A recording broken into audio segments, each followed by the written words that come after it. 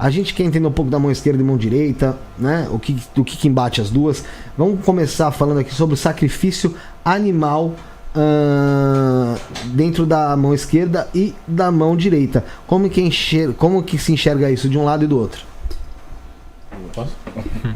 Bem, esse é um tema muito polêmico, também com o qual devemos ter cuidado, porque o sacrifício de animais, quando a gente fala sobre isso, o que vem a princípio à mente são as religiões de matriz africana. Normalmente é isso, popularmente a Umbanda, Candomblé e também, por conseguinte, a Quimbanda.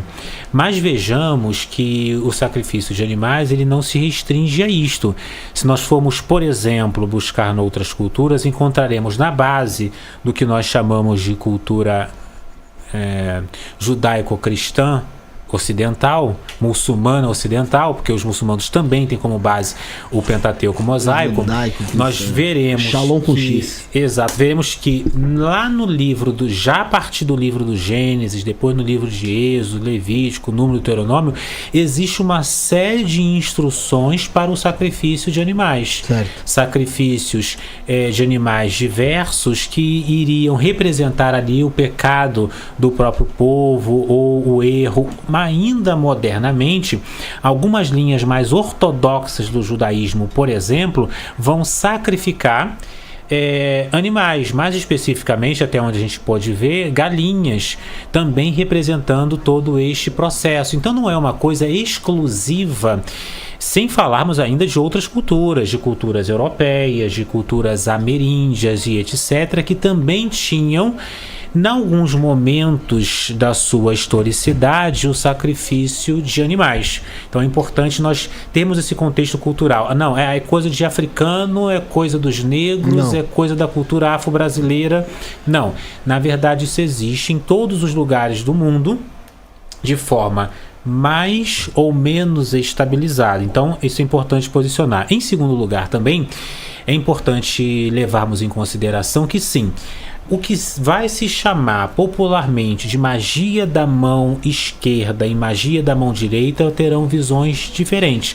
A magia da mão direita, por exemplo, ela normalmente não vai levar em consideração, não vai incentivar e não vai praticar o que se chama de sacrifício de animais.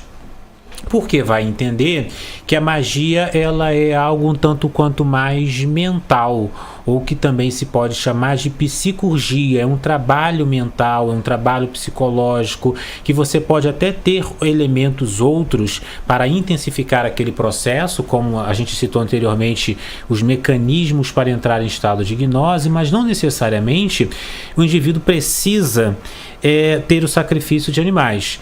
Mas vejamos, a própria missa cristã ela vai representar o sacrifício. O que ocorre é que, teologicamente, Jesus substituiu o sacrifício que era para ser feito com animais. Então ele próprio vai representar o corpo. Eis, aqui está o meu corpo e o meu sangue. Quem bebe do meu sangue, come da minha carne, qualquer missa dominical a falar isso, né, terá vida eterna. Então também nós temos ali a representação. Segundo a teologia católica, não é uma representação do corpo e do sangue de Cristo, factualmente, substancialmente, daí o nome transubstanciação, o corpo e o sangue de Cristo.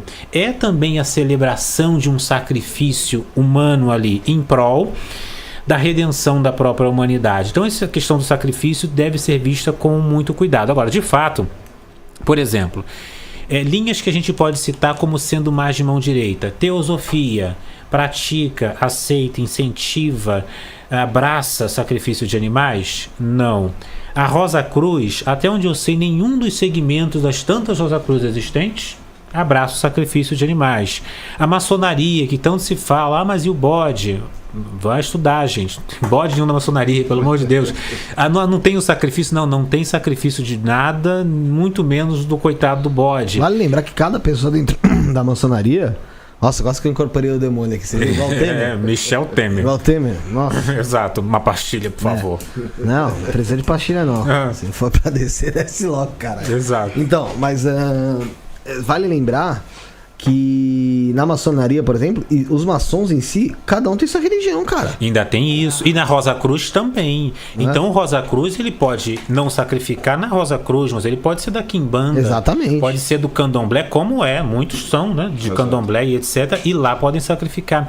Então tem essas nuances. Mas, de fato, essas linhas em si, elas vão partir do princípio de que não só é necessário, e com o que eu vou até concordar, até a página 2, não só não é necessário o sacrifício de animais, como é algo que deve ir ficando para trás no que diz respeito à evolução da espiritualidade, da humanidade, etc. Na minha opinião. Agora, eu vejo com muito respeito, com muita tranquilidade, com muito cuidado, e não assino abaixo a cartilha daqueles que querem já de pronto condenar o sacrifício de animais. Eu acho desnecessário. E acredito sim que o indivíduo pode alcançar altos graus místicos, altos graus em magia, sem passar pelo sacrifício de animais. Mas há quem discorde, né, Frater? Antes da resposta do Alan, vocês já estudaram bastante, se algum de vocês já chegou a se aprofundar um pouco, estudou um pouco sobre judaísmo? O básico, sim, né? Tá. Acerca dos princípios fundamentais do judaísmo. Pentateuco, que são os 5 livros. Os primeiros 5 livros do Antigo Testamento. Exato, chamam também de a Torá, que é Gênesis, Êxodos, Números, Levíticos e Deuteronômio nessa ordem. Qual que é a relação do judeu com o porco? O porco não pode ser consumido, porque ele é uma carne considerada impura, assim como outras tantas. Existe, quando a gente vai ler o livro do Êxodos, que é Moisés posicionando para o povo uma série de instruções, não se pode consumir determinados tipos de animais. O porco, por exemplo, uma das especificidades que Moisés vai colocar, se não me falha a memória, é que o porco é um animal com fenda dupla. Né? E todos os animais com fenda dupla não podem ser consumidos. Então tem toda uma... A gente não entende exatamente, é uma coisa muito contextual daquele momento, o porquê de determinadas proibições. Moisés não explica, ele diz, olha, não pode consumir esse tipo de animal. Entretanto, né, é uma visão de um povo, inclusive dentro de um contexto, está registrada dentro de um livro, que é um livro escrito por humanos, reinterpretado, traduzido diferentes vezes, que não pode ser levado em consideração. E veja, não é porque eu vi uma palestra recentemente ou uma fala dizendo isso, mas os judeus não, porque os judeus faziam tal coisa e não faziam outras tantas. E eu me perguntei internamente o seguinte, e daí? Isso é coisa dos judeus, mas os judeus não são o prumo do mundo, não é a régua do universo, né? Existem outras tantas culturas que devem ser respeitadas. E os chineses e os hindus, que são mais antigos, né? Cujos livros sagrados, inclusive, vão mais longe na linha do tempo.